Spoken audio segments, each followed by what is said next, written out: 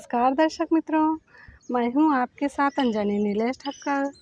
तो आज बात करेंगे वैदिक पंचांग के बारे में। वैदिक पंचांग दिनांक 19 जुलाई 2024, दिन शुक्रवार, विक्रम संवत 2081, गुजरात महाराष्ट्र अनुसार 2080, शक संवत 1946, अयन दक्षिणायन, ऋतु वर्षा, मास आषाढ़, पक्ष शुक्ल, तिथि त्रयोदशी शाम 7:41 तक, तत्पश्चात चतुर्दशी, नक्षत्र मूल 20 जुलाई रात्रि 2:55 तक, तत्पश्चात पूर्वाषाढ़ा, योग इंद्र 20 जुलाई रात्रि 2:41 तक, तत्पश्चात वैधृति, राहुकाल सुबह 11:06 से दोपहर 12:45 तक, सूर्योदय सुबह 6:08, सूर्यास्त शाम 7:21, दिशाशूल पश्चिम दिशा में, व्रत पर्व विवरण जया पार्वती व्रत आरंभ, गुजरात। विशेष त्रयोदशी को बैंगन खाने से पुत्र का नाश होता है। ब्रह्मवैवर्त पुराण ब्रह्मा खंडा।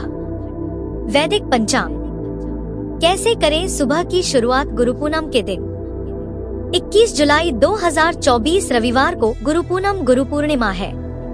इस दिन सुबह बिस्तर पर तुम प्रार्थना करना, हे महान पूर्णिमा, हे गुरु पूर्णिमा, अब हम अपनी आवश्यकता की ओर चलेंगे। इस देह की संपूर्ण आवश्यकताएं कभी किसी की पूरी नहीं हुई, संतुष्टि नहीं मिली। अपनी असली आवश्यकता की तरफ हम आज से कदम रख रहे हैं।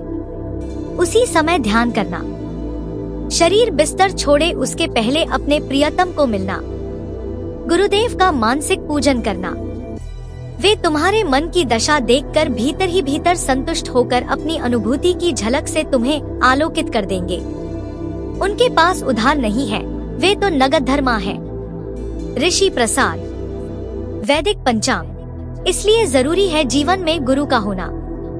हिंदू धर्म में आषाढ़ पूर्णिमा गुरु भक्ति को समर्पित गुरु पूर्णिमा का पवित्र दिन भी है। भारतीय सनातन संस्कृति में गुरु को सर्वोपरि माना है। वास्तव में यह दिन गुरु के रूप में ज्ञान की पूजा का है। गुरु का जीवन में उतना ही महत्व है जितना माता पिता का।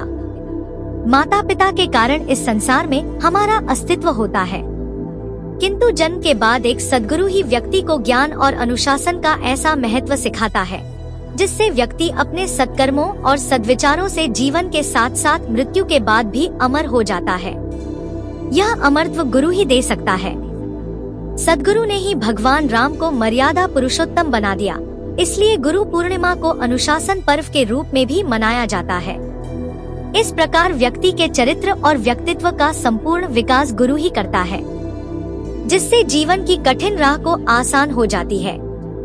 सार यह है कि गुरु शिष्य के बुरे गुणों को नष्ट कर उसके चरित्र, व्यवहार और जीवन को ऐसे सद्गुणों से भर देता है जिससे शिष्य का जीवन संसार के लिए एक आदर्श बन जाता है।